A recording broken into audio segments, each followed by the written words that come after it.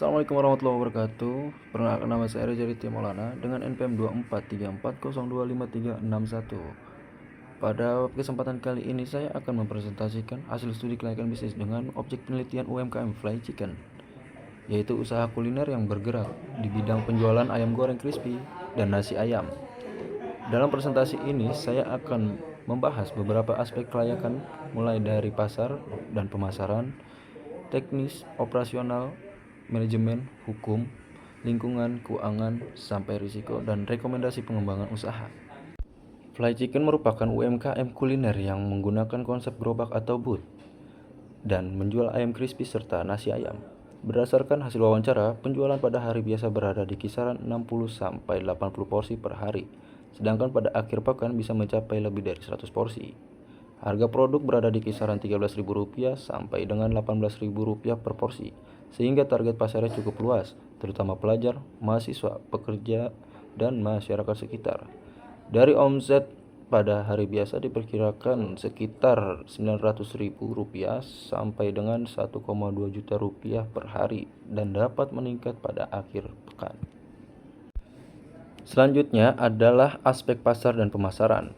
Dari sisi permintaan, Fly Chicken memiliki pasar yang cukup potensial karena penjualan hariannya relatif stabil dan meningkat pada akhir pekan. Target pasarnya adalah pelajar, mahasiswa, pekerja, keluarga, dan masyarakat sekitar lokasi usaha. Fly Chicken memposisikan produknya sebagai ayam goreng crispy yang hangat, renyah, gurih, cepat disajikan, dan terjangkau. Untuk strategi pemasaran, saya menggunakan pendekatan 4P, yaitu Product, Price, Place, dan Promotion. Produknya berupa ayam crispy dan nasi ayam, harganya Rp13.000 sampai Rp18.000. Tempat penjualannya melalui gerobak di lokasi strategis, sedangkan promosinya masih mengandalkan spanduk, word of mouth, dan pemesan melalui WhatsApp. Untuk aspek teknis dan operasional, proses produksi Fly Chicken dimulai dari pembelian bahan baku ayam, kemudian persiapan dan pemberian tepung, proses penggorengan, penirisan, pengemasan, dan terakhir penjualan kepada konsumen. Fly Chicken menggunakan peralatan yang masih relatif sederhana atau semi manual seperti kompor gas, wajan, etalase, dan rak pendingin. Kapasitas produksinya sekitar 60-80 porsi pada hari biasa dan lebih dari 100 porsi pada akhir pekan. Salah satu keunggulan operasionalnya adalah ayam digoreng langsung setelah ada pelanggan sehingga produk dapat disajikan dalam kondisi hangat dan renyah. Berdasarkan kondisi lokasi, kapasitas produksi, peralatan, dan proses produksinya, aspek teknis dan operasional dinilai layak. Selanjutnya, slide ini terdiri dari 3 bagian. Yang pertama, ada manajemen dan SDM. Dari sisi manajemen, Fly Chicken masih merupakan usaha perseorangan dan dikelola oleh pemilik bersama satu orang rekan atau pasangan. Pembagian tugasnya cukup sederhana, yaitu ada menangani persiapan dan penggorengan, sementara yang lain menangani pelayanan dan pembayaran. Untuk kondisi usaha saat ini, struktur tersebut masih cukup efektif. Tetapi apabila penjualan meningkat, diperlukan tambahan tenaga kerja lagi. Kedua, ada hukum. Dari aspek hukum, usaha ini masih perlu meningkatkan kelengkapan legalitas.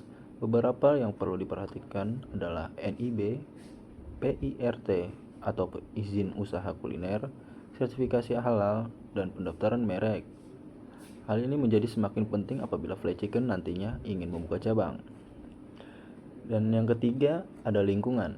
Untuk lingkungan, dampaknya relatif kecil, tetapi tetap terdapat limbah seperti minyak jelantah, sampah kemasan, dan asap penggorengan. Karena itu, pengelolaan minyak bekas, pemisahan sampah, dan kebersihan area usaha tetap perlu diperhatikan. Berikutnya adalah aspek keuangan. Berdasarkan estimasi, investasi awal yang dibutuhkan untuk menjalankan usaha Fly Chicken adalah sekitar Rp10 juta. Dengan asumsi harga jual rata-rata Rp15.000 per porsi, diperoleh estimasi omset kotor sekitar Rp35,1 juta per bulan. Kemudian biaya operasional diperkirakan sebesar Rp22,5 juta per bulan, sehingga laba bersih yang diperoleh adalah sekitar Rp12,6 juta per bulan. Dari perhitungan tersebut, payback period atau pengembalian modal adalah sekitar 0,79 bulan atau secara estimasi kurang dari 1 bulan. Jadi dari sisi keuangan, usaha ini menunjukkan kondisi yang cukup menguntungkan. Perhitungan omset dan biaya berasal dari estimasi 22 hari biasa dan 8 hari akhir pekan dalam satu bulan. Berikutnya, setiap usaha tentunya memiliki risiko. Pada fried chicken, risiko utama berasal dari 5 aspek. Pertama, risiko pasar berupa persaingan dengan usaha ayam goreng lainnya. Mitigasinya adalah menjaga konsistensi rasa, membuat paket bundling, dan memperkuat promosi. Kedua, risiko operasional seperti kerusakan peralatan, keterlambatan persiapan bahan, dan antrean saat ramai. Ketiga, risiko keuangan terutama kenaikan harga ayam dan minyak goreng serta pencatatan keuangan yang belum terlalu terstruktur. Keempat, risiko hukum karena legalitas usaha masih perlu dilengkapi. Dan kelima, risiko lingkungan berupa minyak jelantah dan sampah kemasan. Secara keseluruhan, risiko fried chicken berada pada tingkat rendah sampai sedang dan masih dapat dikendalikan. Selanjutnya ada ringkasan kelayakan. Jika seluruh aspek digabungkan, hasil analisis menunjukkan bahwa fried chicken secara umum layak untuk dijalankan dan dikembangkan. Aspek pasar dan pemasaran dinilai layak karena memiliki target pasar yang jelas dan permintaan yang cukup baik. Aspek teknis juga layak karena kapasitas dan proses produksi masih mampu memenuhi permintaan. Aspek manajemen layak karena pembagian tugas sudah berjalan. Untuk aspek lingkungan juga masih dapat dikendalikan. Dari sisi keuangan, usaha menghasilkan estimasi laba yang positif, sedangkan aspek yang masih perlu ditingkatkan adalah aspek hukum atau legalitas usaha. Kesimpulan laporan memang menyatakan fried chicken layak dikembangkan berdasarkan aspek pasar, teknis, manajemen hukum, lingkungan, keuangan, dan risiko. Berdasarkan hasil analisis, terdapat beberapa rekomendasi untuk pengembangan fried chicken. Pertama, meningkatkan pemasaran digital melalui Instagram, TikTok, WhatsApp. Kedua, melakukan inovasi produk seperti menambah varian saus atau sambal serta membuat paket hemat. Ketiga, melengkapi legalitas usaha. Keempat, melakukan pencatatan keuangan secara lebih terstruktur dan memisahkan keuangan pribadi dengan keuangan usaha. Kelima, apabila permintaan meningkat, pemilik dapat menambah tenaga kerja.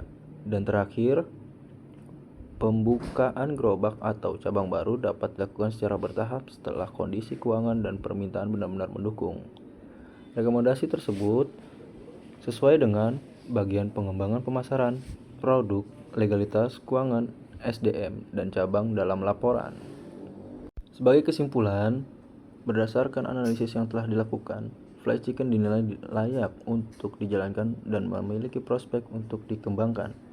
Kekuatan utama usaha ini adalah adanya permintaan pasar, produk yang diminati, lokasi yang strategis, operasional yang masih memadai, serta kondisi keuangan yang positif. Dari keuangan, estimasi laba bersih mencapai sekitar 12,6 juta per bulan dengan payback period sekitar 0,79 bulan berdasarkan asumsi yang digunakan. Namun, fried chicken masih memiliki beberapa tantangan, terutama persaingan, fluktuasi harga bahan baku, dan kelengkapan legalitas. Oleh karena itu, pengembangan pemasaran digital, inovasi produk, legalitas, pencatatan keuangan, dan ekspansi secara bertahap menjadi hal yang penting untuk dilakukan.